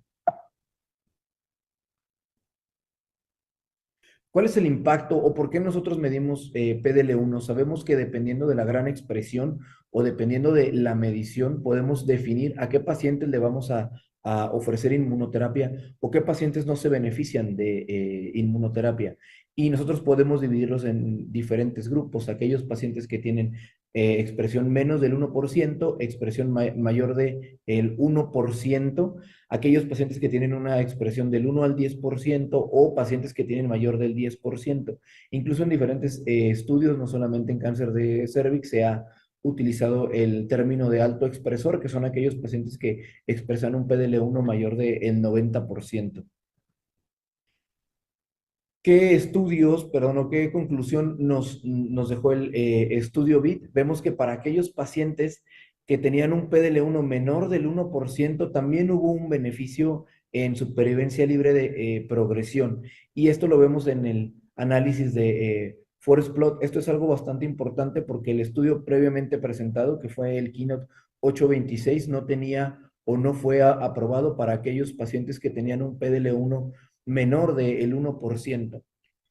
Y vemos que el estudio, el BID, vemos que el uso de atezolizumab también tiene beneficio para aquellos pacientes que tienen un CPS o una expresión de PDL1 menor del 1%. Esto es sumamente importante para poder tomar una decisión clínica una vez que tenemos el biomarcador, saber a qué paciente le vamos a dar inmunoterapia y principalmente ver qué tipo de inmunoterapia le vamos a dar. Estas son las guías de la NCCN, en donde vemos que tanto es categoría 1 el uso de pembrolizumab más la quimioterapia estándar que es cisplatino paclitaxel o aquellos pacientes que son inelegibles a cisplatino, podemos reemplazar este medicamento por el carboplatino. Además de esto, vemos que es categoría 1 el uso de atezolizumab por los dos estudios que ya comentamos previamente. ¿Qué tenemos en una segunda línea de tratamiento? Bueno, históricamente el uso de la quimioterapia como un agente único para segunda línea solamente tenía un poco beneficio en supervivencia global y las tasas de respuesta no eran mayores a un 15%. Vemos que pues topotecan, vinorelbine, pemetrexed, docetaxel, en fin, gran cantidad de medicamentos no tiene una tasa de respuesta mayor al 15%. Si bien pemetrexed es el único que pudiera llegar a este límite, los demás medicamentos tienen tasas muy inferiores, siendo hasta del 4.5% para gemcitabina, y vemos que la supervivencia global en general del uso de quimioterapia como monodroga en una segunda línea no tiene un impacto o no tiene un beneficio más allá de los 8 meses de tratamiento. Ahora, con el uso de los nuevos agentes, o con el uso de la inmunoterapia, vemos que, por ejemplo, pembrolizumab solo tiene tasas de respuesta del 14% para la población general y hasta de un 17% para aquellos pacientes que tienen una expresión mayor del 1%. Vemos que son tasas superiores a las de la quimioterapia, y esto también lo vemos en el estudio Checkmate 358. Este es un estudio en donde el agente utilizado es nivolumab. Este es un agente igual de inmunoterapia, en donde las tasas de respuesta para aquellos pacientes que tienen una expresión de PDL1 mayor del 20%, ahora por TPS, que es otro tipo de medición de PDL1, vemos que tienen un beneficio hasta del 20%. Esto pues en segunda línea para aquellos pacientes que no habían recibido inmunoterapia. Y justo en base a esta racional tenemos el siguiente estudio, que es el estudio Empower Cervical 1. Este fue para aquellos pacientes que ya habían recibido una línea de tratamiento, aquellos pacientes recurrentes o metastásicos que habían progresado a una línea de tratamiento, sin embargo, que no habían recibido inmunoterapia previa. Estos pacientes fueron aleatorizados independientemente de la expresión de PDL1 para recibir quimioterapia, la quimioterapia que el investigador decidiera, y estas eran las opciones de la quimioterapia versus semiplimab, un agente de inmunoterapia, 350 miligramos cada 3 semanas de manera intravenosa. Con los puntos primarios o los objetivos primarios de supervivencia global versus los objetivos secundarios, que fue la supervivencia libre de progresión, las tasas de respuesta, además de la seguridad de este medicamento.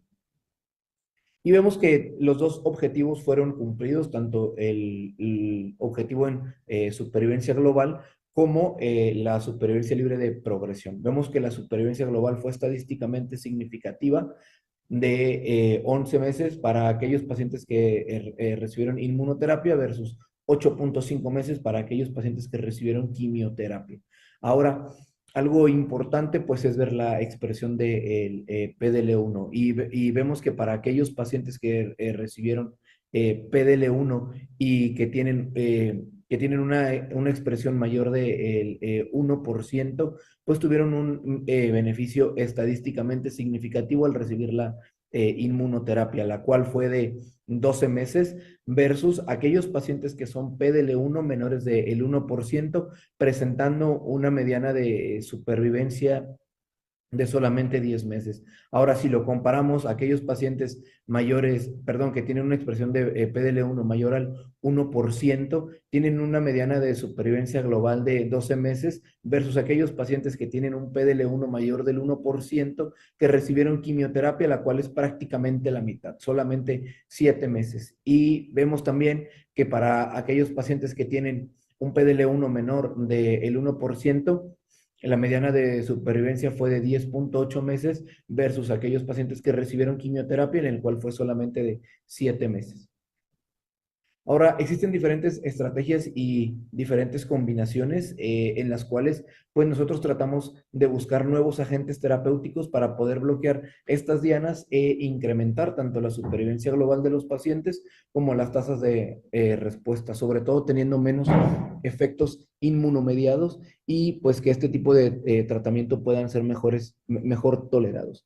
Y para esto tenemos la adición de medicamentos anti-CTLA4, el más representativo para nosotros pues es el ipilimumab.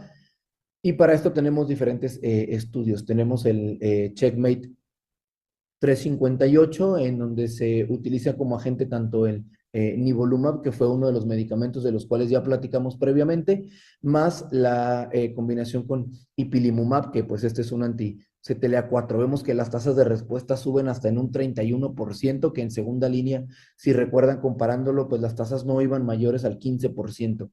Además, el uso de nivolumab más ipilimumab a dosis diferentes, pues aumenta las tasas de respuesta hasta en un 38%. Esto tendríamos que irlo valorando con los pacientes dependiendo de los efectos adversos y la tolerancia a los medicamentos, que en general es una adecuada tolerancia, presentando los efectos adversos más importantes, como puede ser diarrea, neumonitis, en un 2%. Y ahora para primera línea, qué es lo nuevo que viene o qué es lo nuevo que se está probando. Pues tenemos este medicamento que es el cadolimimab, perdón, a una dosis de 10 miligramos, más el uso de quimioterapia a base de paclitaxel, ya sea con cisplatino o ya sea con carboplatino para aquellos pacientes inelegibles a cisplatino, más bevacizumab. Y estos pacientes, al presentar una adecuada respuesta después de 6 ciclos, ya sea una respuesta parcial o una respuesta completa, pues llevados a un mantenimiento a base tanto de la inmunoterapia como del bevacizumab. Y vemos que los objetivos primarios pues es la supervivencia libre de progresión y la supervivencia global. Hasta ahora no tenemos un resultado estricto, solamente los resultados que se han presentado pues son resultados de análisis interinos, en donde vemos que si bien pareciera que hay un aumento tanto en supervivencia global como en supervivencia libre de progresión, aún no podemos llegar a una conclusión estructurada o a una conclusión definitiva. Además, para ser considerado, la gran mayoría de estos pacientes o la gran mayoría de este estudio incluyó población asiática y hasta un 30% de los pacientes era PDL1 negativo. Vemos también que la gran mayoría de los pacientes no recibió quimio radio concomitante, no lo recibió como una primera línea, lo cual también pudiera tener un impacto significativo. Sin embargo, este tipo de terapias pues está en boga y es prácticamente lo que vamos a estar utilizando como mantenimiento. ¿Qué es lo que nos ha dejado este estudio? Pues a favor de la inmunoterapia vemos que aquellos pacientes o los pacientes que más se benefician, sorprendentemente, pues son aquellos pacientes que no habían recibido bevacizumab. Sin embargo, vemos que los que sí lo habían recibido, pues también tienen un beneficio marcado. Y aquellos pacientes que no habían recibido quimio-radioterapia, pues también tienen un beneficio que se aleja más de la unidad. Ahora influye el uso de los medicamentos, tanto cisplatino como carboplatino. Vemos que para aquellos pacientes que utilizaron cisplatino como un agente de quimioterapia, pues el beneficio es mucho mayor versus aquellos pacientes que utilizaron carboplatino. Además de esto, tenemos diferentes estrategias que ya se irán presentando en diferentes congresos. Desgraciadamente, aún no tenemos beneficio en tasas de respuesta. Sin embargo, no dudo que esta inmunoterapia o que esta revolución de medicamentos pues pueda posicionarse como una primera línea en cuanto tengamos ya los resultados certeros. Y justo esto es de lo que estábamos comentando previamente. Va a haber diferentes estrategias, como lo son las vacunas terapéuticas para el cáncer o incluso el uso de células adaptativas y además de anticuerpos conjugados. Esto pues ya lo tenemos, ya hay diferentes estudios en los cuales nosotros vamos a o vemos adecuadas tasas de respuesta, además de aumento tanto en la supervivencia libre de progresión como en la supervivencia global. Como conclusiones de esta clase, ¿qué es lo que me gustaría que ustedes llevaran? Bueno, pues primero las primeras líneas de tratamiento. ¿Qué le vamos a dar a un cáncer de cervix metastásico? Y sabemos que la primera línea de tratamiento en este momento es en base al estudio Keynote 826, el cual se ha establecido como estándar de tratamiento en primera línea en pacientes con cáncer de cervix recurrente o metastásico que tengan un PDL1 mayor al 1% con beneficio en supervivencia libre de progresión y también con beneficio en supervivencia global. Ahora, para aquellos pacientes que no tengan un PDL1 mayor del 1%, pues tenemos otro estudio que es el estudio BIT, el cual demostró tanto beneficio en supervivencia global y beneficio en supervivencia libre de progresión, sin importar la expresión del PDL1. Y esto es bien importante para poder elegir qué tipo de terapéutica le vamos a dar. Entonces, en aquellos pacientes, como recomendación para aquellos que tengan una expresión de PDL1 menor del 1%, el uso de atezolizumab es una buena opción, o para aquellos pacientes que tengan una expresión de PDL1 mayor del 1%, el uso de pembrolizumab se posicionaría como la opción preferida. Además de esto, sabemos que el uso de bevacizumab aumenta tanto las tasas de respuesta a la quimioterapia como la supervivencia libre de progresión. Y ahora en segunda línea tenemos el uso de inmunoterapia para aquellos pacientes que no habían recibido inmunoterapia previa, pues tenemos dos estudios importantes. Los que ya presentamos, vemos que semiplimab o pembrolizumab representan dos opciones adecuadas. En caso de no contar con ninguno de estos dos medicamentos, también tenemos medicamentos como lo son nivolumab para este tipo de recurrencias. Y pues esto sería todo, espero haya quedado claro, podemos aclarar diferentes puntos y pues quedamos abiertos a dudas o comentarios. Muchas gracias, doctor Cristian, por su charla. Continuando con el programa, para mí es un honor presentarles al doctor Juan Carlos Oliva Posada, uno de mis grandes maestros en el Hospital General. El doctor es cirujano general y cirujano oncólogo.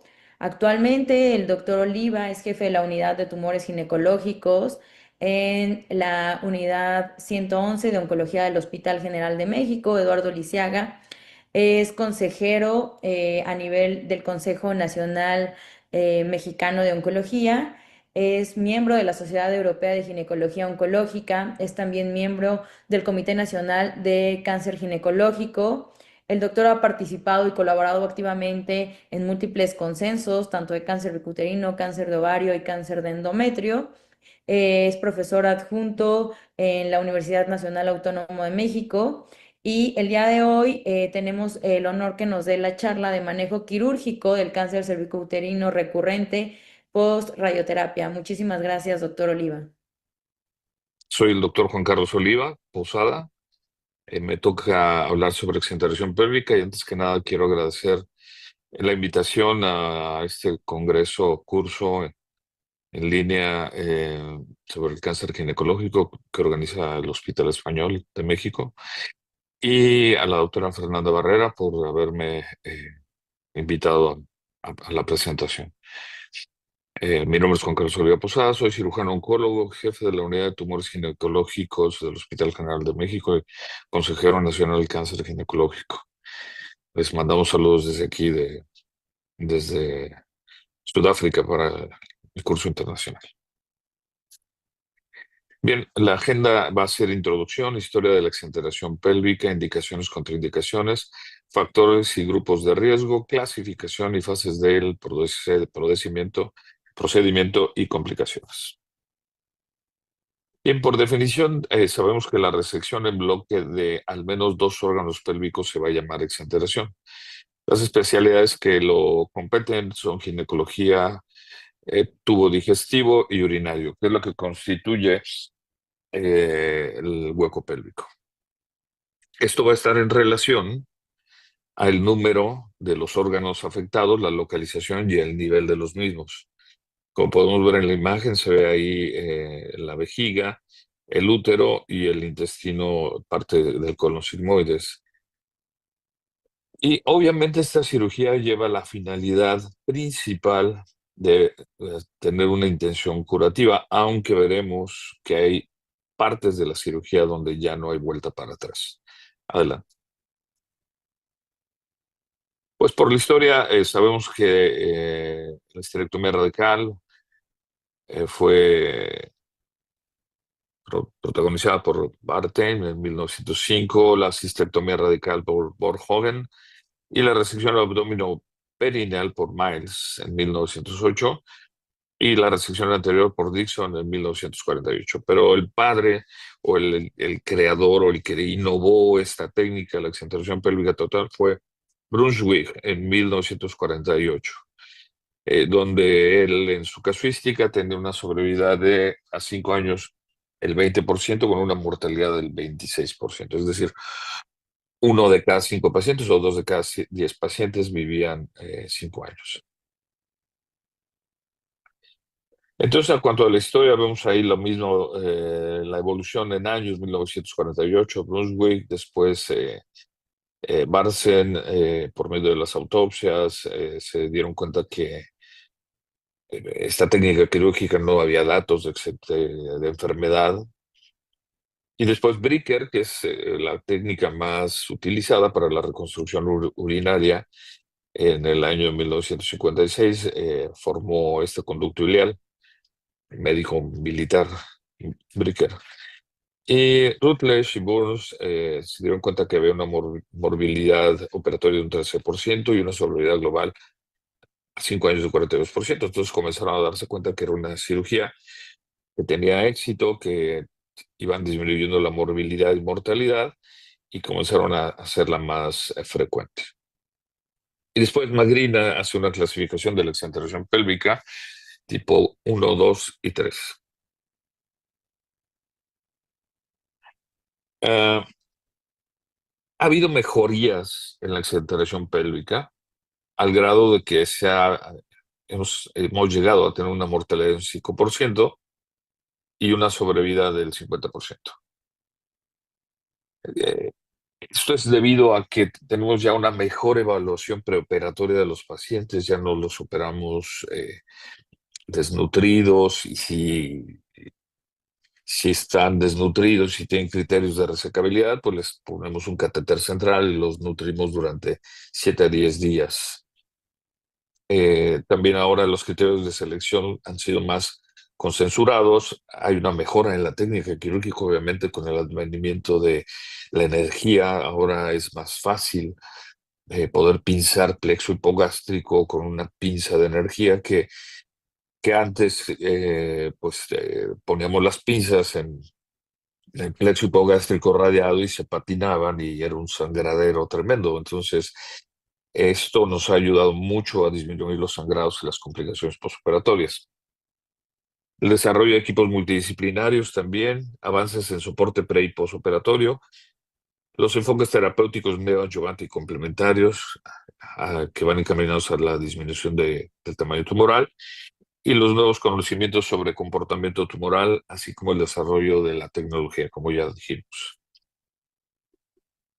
Si vemos en esta tabla, tenemos una sobrevida global a 5 años, cada vez ha ido mejorando, pero si notamos la casuística de Shackleton en 1989 fue de un 50%, tenemos también de Hatch y colaboradores de un 68%, es decir, es una técnica que si sabemos seleccionar bien a los pacientes y tenemos la práctica de esta cirugía, las posibilidades de que le vaya bien al paciente son muy altas. Seguimos con la evolución de la técnica quirúrgica y la evolución en cuanto a años de gente que se ha dedicado a hacer esta cirugía. Está Photopolo, que si ven ustedes la sobrevida fue importante, aunque no la tienen marcada ahí. Y conforme ven ustedes, ha ido aumentando la sobrevida de esta técnica, la siguiente. Bien, entonces la evaluación preoperatoria es muy importante en los pacientes, hay que explorarlos físicamente, hay que tomar en cuenta los ganglios supraclaviculares izquierdos, hay que hacer estudios de imagen, tomografía, resonancia, cada una tiene su especificidad y su sensitividad y su indicación. Obviamente, la resonancia nos va a dejar entrever un poco mejor la infiltración hacia los órganos vecinos de la enfermedad y la tomografía nos va a decir la enfermedad a distancia. El PET-CT tiene una sensibilidad del 92%. Yo aquí quisiera recordarles que a veces puede haber unos falsos positivos por el PET porque es una zona donde está inflamado crónicamente. Entonces tengamos mucho en cuenta esto de que si el PET nos dice que es positivo, tenemos que confirmarlo con histología. Y obviamente después dice confirmación histológica de recurrencia. Las metas del estudio preparatorio es un diagnóstico de recurrencia. No podemos exenterar si no tenemos una biopsia positiva. La exclusión de metástasis a distancia y la evaluación de la extensión locorregional de la enfermedad.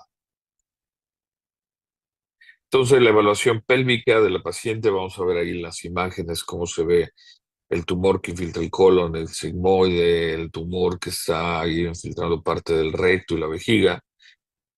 Y entonces la resonancia magnética nos va a ayudar para evaluar el tamaño y la relación de los órganos vecinos.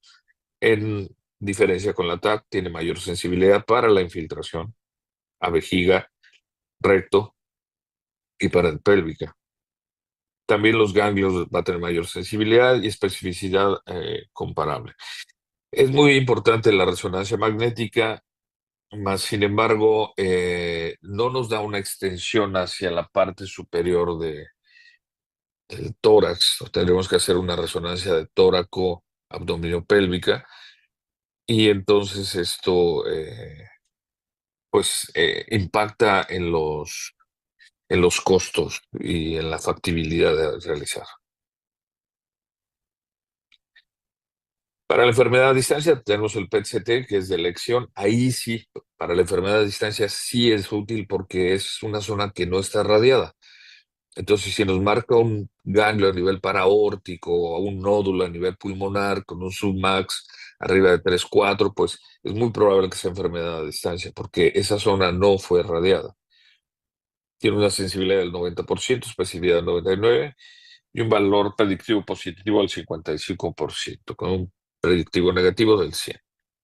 Esto nos ayuda para excluir candidatos no aptos a una exeneración pélvica curativa. Como vemos en la imagen, ahí se ve una zona de alta densidad que es sugestiva de tumor, obviamente, pero recuerden que el PET-CT lo tenemos que realizar de 6 a 8 semanas después de haber realizado la radioterapia. La evaluación preparatoria la vamos a enfocar en 2 puntos, la recurrencia local y la recurrencia a distancia. La recurrencia local, el 70% tiene un tumor que se limita a la vejiga, vagina, recto, paramétreos, y va a haber un término de recurrencia lateral, que es la diseminación a los músculos y la vasculatura de la pared pélvica lateral.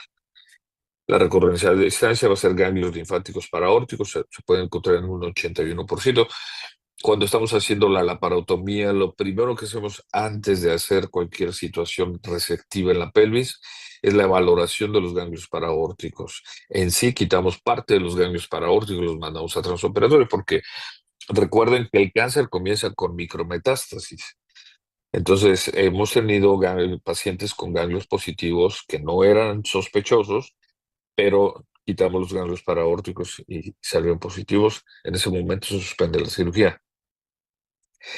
Los ganglios linfáticos supraclaviculares, ahí nos va a ayudar el PET-CT, y a nivel pulmonar tenemos un 21%. Entonces, en estos casos, la recurrencia a distancia está indicado el PET-CT o la tomografía si es que no hay el recurso. Entonces, las indicaciones va a ser curativa, la persistencia o recurrencia, posterior a quimioradioterapia.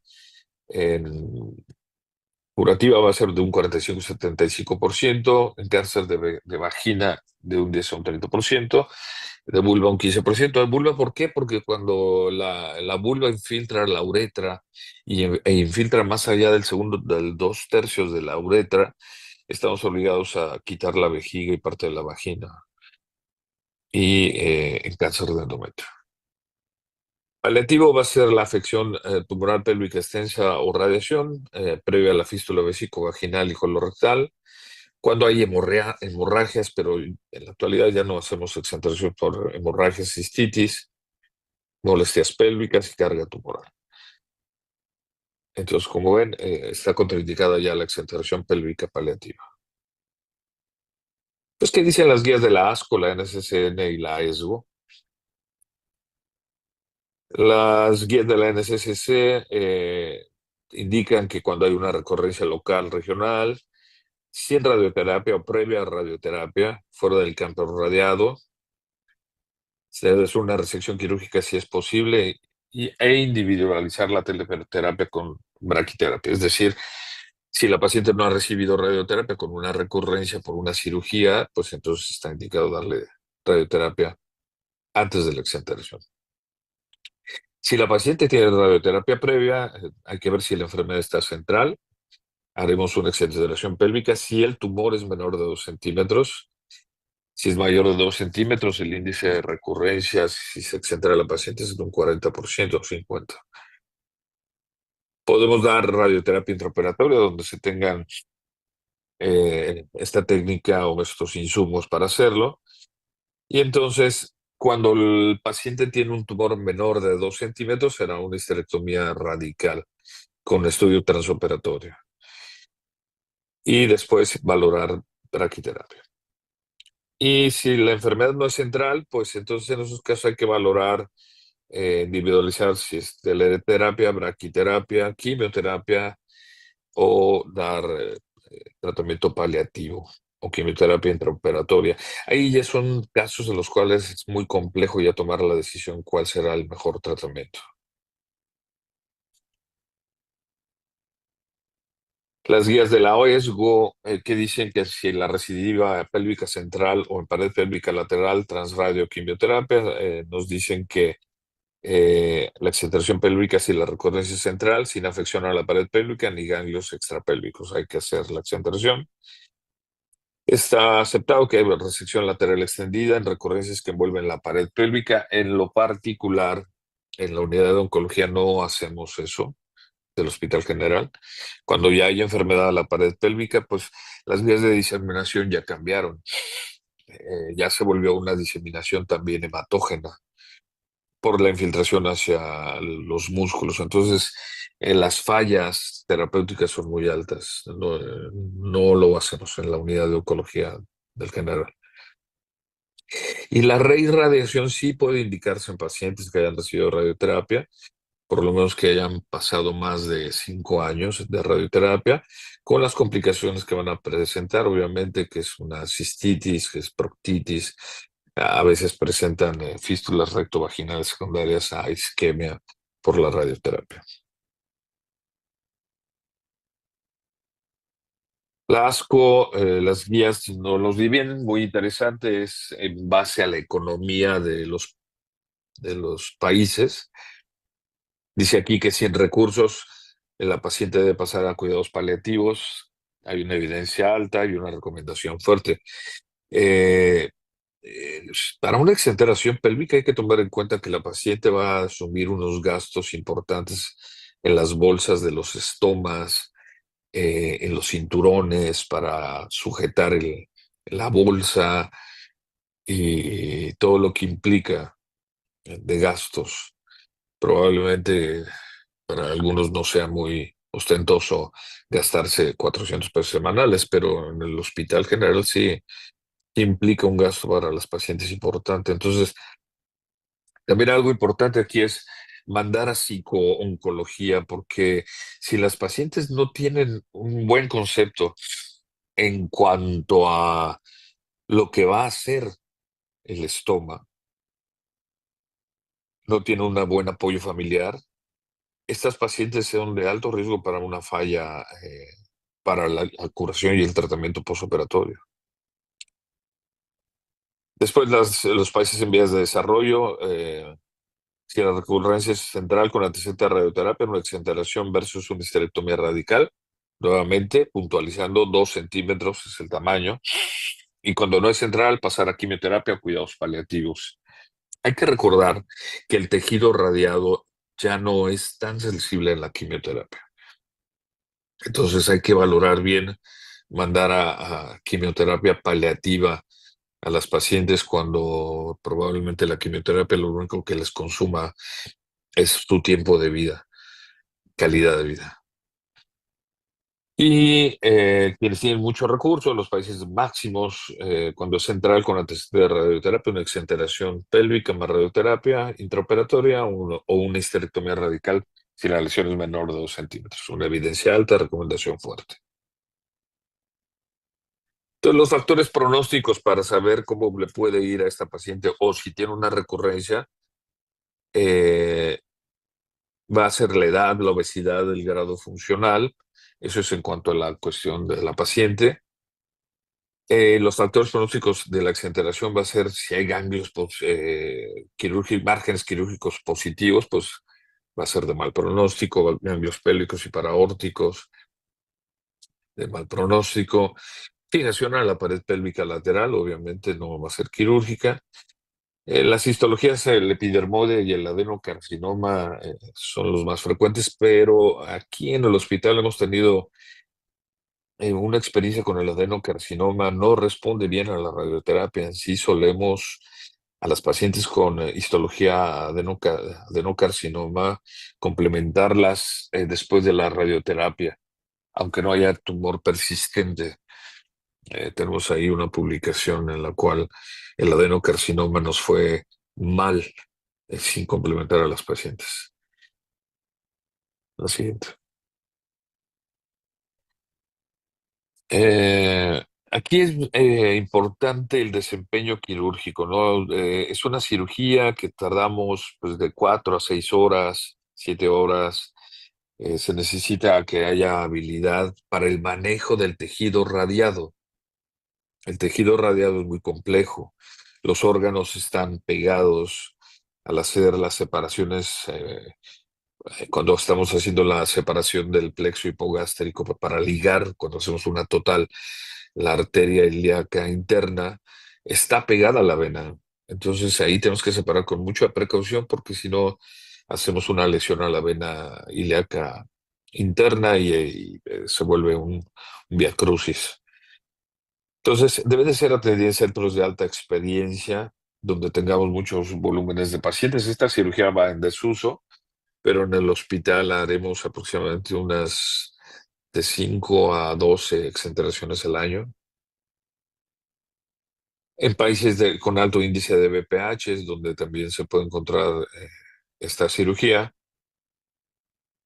Y es un aspecto con muy poca variabilidad en los estudios. Contraindicaciones absolutas, el intento paliativo, metástasis irresecables a distancia, porque pudiera ser que solo tuviera una metástasis a distancia, si el PET es negativo, resecar, radiar esa zona y exenterar a la paciente. Cuando hay ganglios paraórticos, hay que valorarlo bien como una contraindicación absoluta e infiltración a la pared pélvica. Y relativas, esto es muy importante porque en base a eso se toman los criterios para la exenteración. Periodo corto libre de tumor, es decir, si la paciente después de haber recibido el ciclo pélvico completo con quimiorradioterapia y la recurrencia es antes del año, es un factor pronóstico adverso, al igual que el tamaño tumoral y las metástasis pélvicas o que esté pegado a la pared pélvica. Entonces jugaremos con estos criterios para dar un porcentaje de 30, 60 o 90. Entonces, Shackleton dividió en pacientes con bajo riesgo, alto riesgo y riesgo intermedio. Los de bajo riesgo, como dijimos, menos de 3 centímetros, sin involucro a la pared, y un periodo libre mayor a 12 meses, con un 82% de posibilidades. De alto riesgo, mayores de 3 centímetros, involucro a la pared, y periodo libre de enfermedad menor de 12 meses. El porcentaje ahí se refiere a sobrevida a 5 años. Si reúne estos 3 criterios y hacemos una exenteración, ninguna paciente va a vivir a 5 años. Y el riesgo intermedio va a ser cualquier combinación de lo anterior. Entonces, entrando ya a la clasificación de las exenteraciones, se va a dividir en sagital, coronal y lateral. La sagital va a ser anterior, posterior o total, todo va a depender de los órganos. Anterior va a ser vejiga con útero y vagina, posterior va a ser útero, vagina y recto, y total pues van a ser los 3 órganos. Y coronal lateral, la coronal va a ser tipo 1, tipo 2 y tipo 3, que vamos a ver más adelante, A y B. Y lateral va a ser pues en forma lateral. Entonces, la clasificación sagital va a ser anterior, como dijimos ya, con todo y la vejiga, posterior, que es el recto sigmoides con el canal anal, perdón, y total va a ser las 3 estructuras. Ahí vemos en la imagen, en la imagen superior, donde se ve la vejiga, el útero y el recto. Entonces, si se quita el útero y la vejiga, es la exenteración anterior. La posterior es el útero y el recto, y la total va a ser los 3 órganos. Esto es muy importante, la clasificación cráneo-caudal. Entonces, la tipo 1 va a ser el supraelevadora. El elevador del ano, aquí lo podemos ver, es el músculo gris que sale de la cresta ilíaca hacia el piso pélvico, hacia el elevador. Entonces, la parte transversa. Entonces, la exenteración pélvica supraelevadora es la que se ve en color azul. La exenteración pélvica infraelevadora es la que está en gris, que se lleva el elevador, el músculo. Y la tipo 3, que es la infraelevadora extendida, es decir, es abajo del elevador del ano, pero se extiende y se hace una vulvectomía. Aquí la situación importante es cuando hacemos tipo 2, que hay que quitar el piso pélvico, hay que reconstruir, hay varias técnicas, se pueden hacer colgajos de piplón, pero el defecto puede ser muy grande, entonces hay que hacer rotaciones de rectos del abdomen, bajar el pedículo superior para que se incruste y se fije en el piso pélvico. O mallas de doble textura, de doble componente. En el plano lateral, ahí tenemos la vasculatura del plexo hipogástrico de la ilíaca interna. Y entonces la endopélvica extendida lateral, la infraelevadora total con la resección de músculo de la pared lateral pélvica, obturador interno y piriforme, vasos ilíacos internos, ureter pélvico, ganglios linfáticos pélvicos laterales. En lo particular no realizamos esta técnica. Adelante. Las fases del procedimiento en el Hospital General las dividimos en fase de exploración, de exenteración, ablativa y de reconstrucción. Entonces, la fase de exploración va a ser evaluación de la resectibilidad, como dijimos, aunque la tomografía nos diga que no hay nada o el PET-CT, tenemos que revisar en forma de reloj toda la cavidad abdominal, revisar el hígado, los riñones, los ganglios paraórticos, los pélvicos, los obturadores y revisar también la cavidad peritoneal, porque en ocasiones el tumor ya infiltró el peritoneo del fondo saco posterior. Entonces ya tenemos ahí una diseminación peritoneal, lo cual no nos va a ir mal con la paciente. Entonces hay contraindicaciones cuando hay enfermedad del hígado, al peritoneo, al intestino, ganglios paraórticos pélvicos y pared pélvica. Colocación y exploración a la paciente podemos desde una vez poner en doble en posición con piernas extendidas. Eso sí, ya sabemos que vamos a hacer una con tiempo perineal. Se pone a la paciente en posición ginecológica o en posición normal, se hace una incisión media supra e infraelevadora. Yo habitualmente comienzo con umbilical y meto la mano exploradora. Habitualmente nos ponemos del lado derecho y con la mano derecha exploramos todo el hígado y toda la cavidad abdominal. Y ya después, si no hay criterios, entonces ya se hace una extensión hacia arriba. Ojo, no hay que pasar mucho la incisión supraumbilical porque después las asas de intestino, al darle posición de tren a la paciente, las asas de intestino ya no se van a poder fijar o quedar obliteradas o metidas en el abdomen porque está abierto por la herida. Entonces, eso es muy incómodo porque se está saliendo la asa intestinal. Eh, y bueno, se hace la exploración. Entonces, exploramos el siguiente paso después de revisar al paciente, tomar ganglios, es abrir los espacios.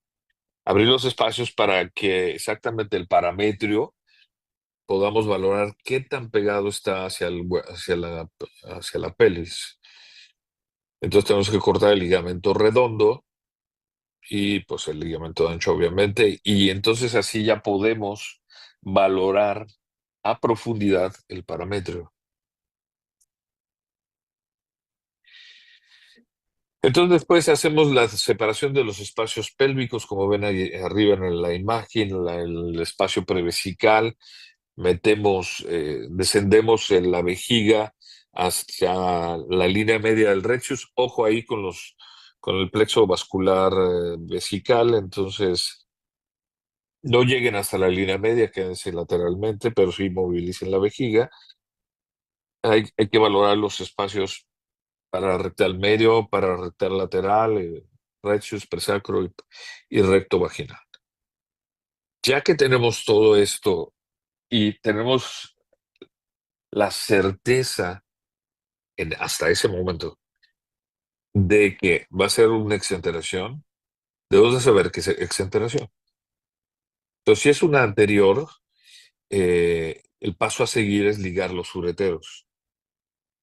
Si es una posterior, no ligamos ureteros porque se conserva la vejiga.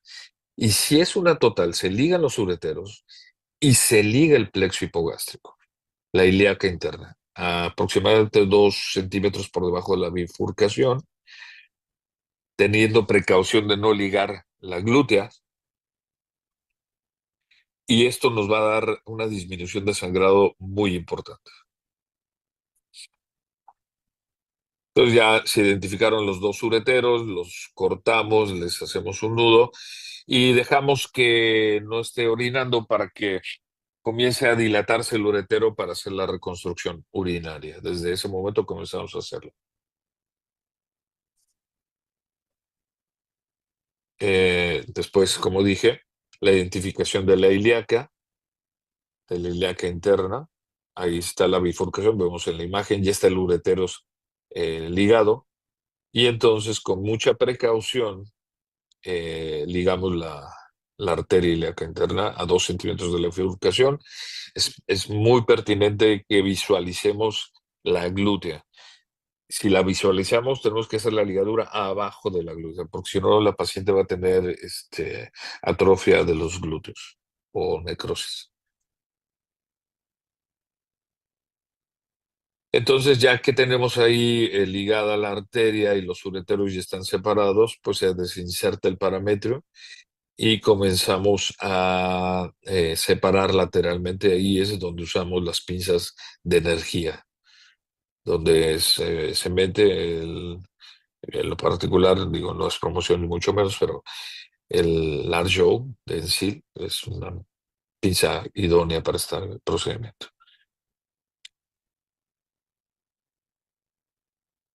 Después, sí, entonces vamos a hacer la disección, una exenteración total, hay que meternos al espacio presacro, ojo con el plexo sacro.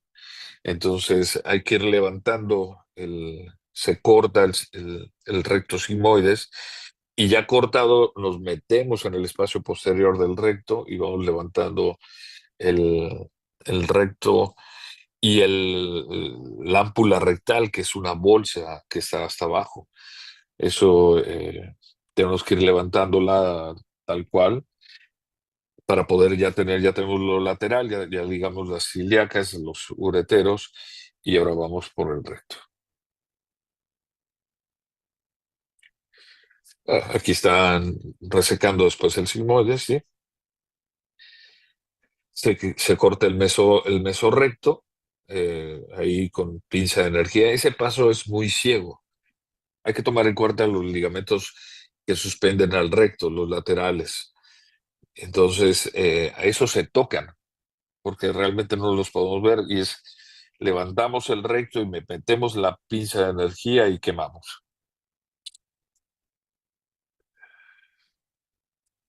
La siguiente.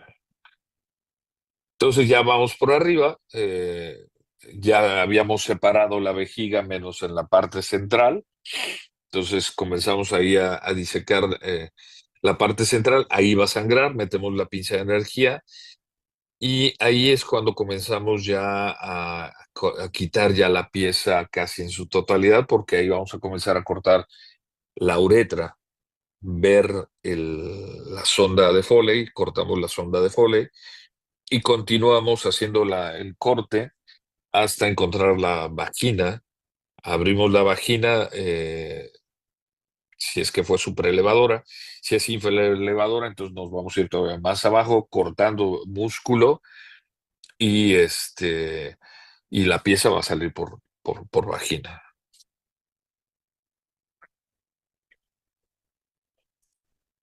Entonces, lo que les estaba diciendo, la fase perineal, esta es sin fase perineal, entonces estamos cortando ahí, o se está cortando en la imagen, la uretra, y ya que se corta la uretra, se saca la sonda por abajo, y se corta la vejiga, la vagina, y de ahí se va hasta el recto. Obviamente no hemos cortado el músculo elevador del ano. Si llegamos a cortar el músculo elevador del ano, esta etapa la vamos a hacer mucho más abajo. Y entonces va a salir ya todo en bloque. No se corta ya la sonda, sino sale todo por debajo. Lo siguiente. Entonces, este es un esquema de una exenteración pélvica total, donde vemos en la imagen está la sínfisis del pubis, después se ve un orificio que es la uretra, después está la vagina y luego es el recto. Durante muchos años, bueno, algunos años ahí estuvimos en colaboración para hacer vejigas ortotópicas y isoperistálticas con el servicio de urología y no tuvimos muy buenos resultados, las anastomosis se fugaban de las pacientes. Y en la experiencia del Hospital General, ya para esto llevamos pues por lo menos unas 4 horas de cirugía o 3 horas. Entonces ya el cansancio, si el hospital tiene la posibilidad de 2 equipos, uno destruye y otro reconstruye. Entonces aquí entraría el equipo reconstructivo. Pero si no se tiene esa factibilidad, pues entonces el mismo equipo, yo recomiendo que hagan paradas para que el equipo se desentuma, tomemos agua, tomemos refresco, digo, en forma precautoria, no hay encima del paciente, pero tenemos que llenarnos de azúcar, tenemos que tener cierta condición de funcionamiento de carbohidratos en el cerebro y en el cuerpo, hay que desentumirlos.